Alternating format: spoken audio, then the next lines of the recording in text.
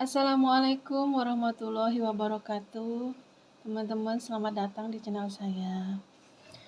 Di video kali ini, kita akan bicara sedikit tentang mimpi.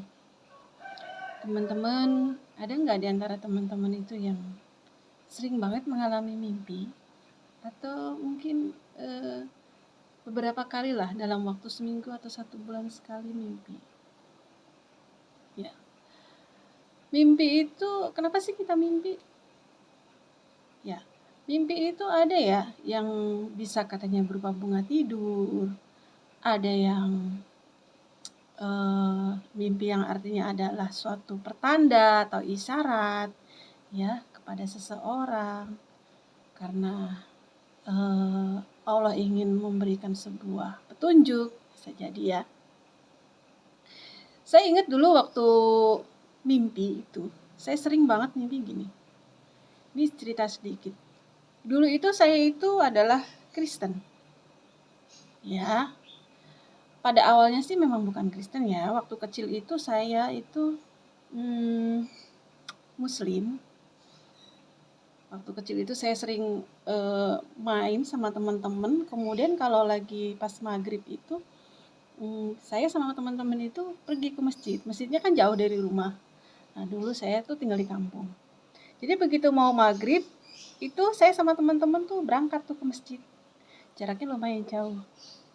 Nah saya sempat belajar sholat, mengaji ya.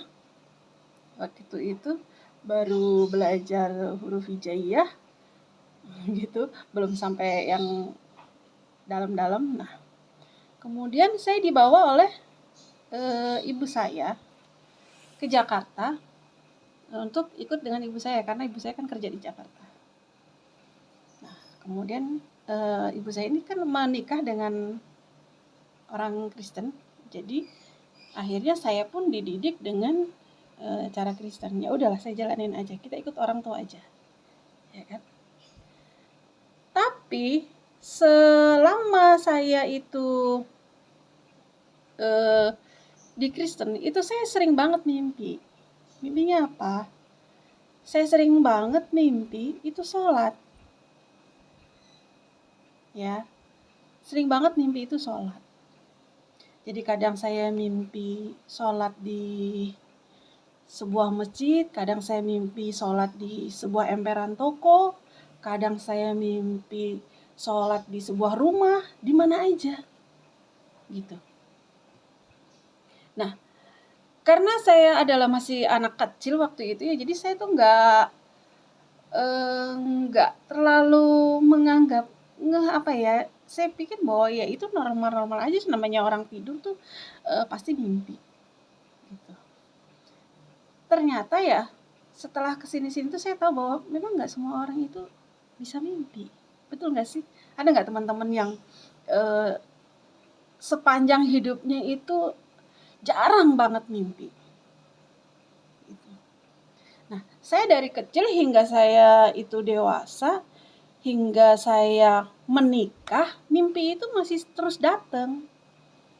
Terus datang. Jadi saya mimpi kadang-kadang sholat itu tidak pakai mukena, hanya pakai baju biasa. Kadang-kadang mimpi hanya pakai mukena bagian bawah. Kadang-kadang hanya mimpi pakai mukena bagian atas. Jarang banget lengkap. Gitu. Nah, suatu ketika saya bercerai dengan suami saya. Kemudian saya setelah bercerai itu saya bertemu dengan seorang teman.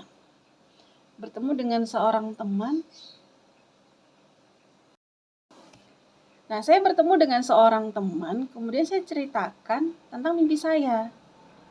Nah, saya itu sering banget gitu mimpi sholat. Nah, apa kata dia waktu itu? Itu artinya kamu itu dapat hidayah. Tapi posisi kamu di Kristen, jadi kamu nggak tahu. Gitu. Nah, saya kaget. Apa iya saya tuh dapat hidayah? Gitu. apa sih maksud dari mimpi ini? Dia coba menjelaskan, mungkin Allah itu ingin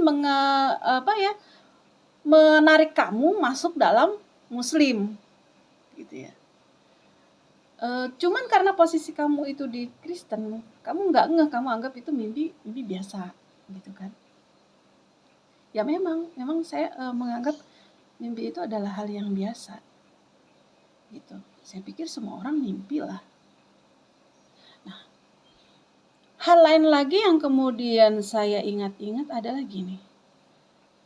Dulu waktu kecil itu, saya pernah melihat orang itu sholat di atas batu dengan beralaskan selembar daun pisang, tapi yang satu pelepah itu ya, gitu.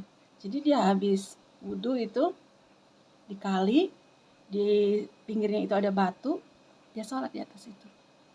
Itu saya ingat banget, itu jam 12-an, jadi sholat duhur ya. Itu waktu saya kecil. Itu posisinya ada di tengah hutan loh. Karena saya waktu kecil itu kan sering bantuin kakek nenek saya ya, saya sering ke hutan. Anak kampung gitu. Nah, itu selalu terbayang di benak saya. Sosok yang sholat pada waktu itu tuh siapa? Apakah dia malaikat yang menjelma ataukah memang orang asli ya? Tapi bayangan itu tuh terus ada di pikiran saya kalau sholat, teringat orang itu. Kemudian waktu saya kecil itu belajar sholat, itu kan yang namanya Al-Fatihah itu saya masih hafal. Walaupun saya ke gereja, Al-Fatihah saya masih hafal. Terus kulhu yang selalu terngiang-ngiang. Gitu. Nah, sampai memang pada akhirnya Allah itu menetapkan saya untuk masuk di Islam. Kemudian saya bertemulah dengan calon suami saya yang kedua. Di situ saya dimuslimkan oleh almarhumah ibu mertua saya pada waktu itu. Saya mengucapkan kalimat syahadat dan saya mulai saat itu saya resmi lah ya masuk Islam. Hingga sekarang saya memegang kepercayaan ini. Semoga ini menjadi pintu atau jalan saya menuju ke surga. Amin.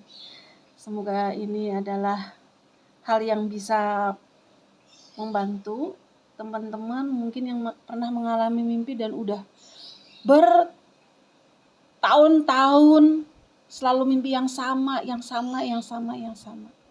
Kadang pun hingga saat ini sih masih suka mimpi tentang hal itu. Sholat, ya dengan kadang-kadang ya begitu. Ketika kita mimpi begitu, sekarang kalau dulu tuh saya posisi di Kristen. Kemudian saya mimpi sholat. Berarti saya ditarik Allah untuk masuk Islam. Saya ditetapkan oleh Allah untuk menjadi seorang muslimah. Nah, bagaimana kalau sekarang kita mimpi, padahal kita udah masuk muslim ya. Kadang-kadang saya masih bertanya, ya Allah, apalagi yang ingin Kau ajarkan pada saya? Gitu. Ketika saya mimpi, di dalam mimpi saya itu memakai mukena tidak lengkap, atau ada bagian aurat saya yang terbuka, saya mengartikannya gini, Allah itu ingin memberitahu saya, ingin menegur saya bahwa Grace, sholat kamu itu belum benar, tolong dibetulkan ya. Nah, dari situlah saya tuh belajar gitu ya, bertanya dengan suami, bertanya dengan ustadz, atau mencari kajian yang lain tentang hal-hal yang berkaitan dengan sholat. Apa yang harus saya perbaiki ya Allah? Begitu. Saya terus belajar. Sampai kapan sih? Ya sampai kita mati. Ya kan? Kita belajar apapun itu sampai kita mati. Kita semua di dunia ini belajar tentang kehidupan. Ada orang yang bilang ini adalah sekolah ya, sekolah kehidupan. Setiap pagi kita bangun, kita memulai sekolah kehidupan kita. Dulu waktu kecil kita sekolah formal. Ya SD, SMP, SMA, kuliah. Nah, begitu kita udah selesai kuliah, kita kerja, kita menikah, kehidupan sehari-hari, bukan berarti kita itu berhenti untuk sekolah ya, tetap kita ada sekolah kehidupan. Itu yang bisa saya bagikan ke teman-teman. Bagi teman-teman yang mengalami mimpi, coba perhatikan. Coba bertanya dengan diri sendiri, berdialog dengan diri sendiri. Adakah sesuatu hal yang ingin Allah sampaikan pada kita? Jika kita tidak tahu, dengan kita merenung, kita bisa bertanya dengan orang lain. Bisa bertanya kepada orang tua, bisa bertanya kepada teman, bercerita. Ya. Siapa tahu di dalam cerita itu teman-teman menemukan jawabannya. Seperti saya, ya. Dan satu lagi hal tuh yang indah ya menurut saya.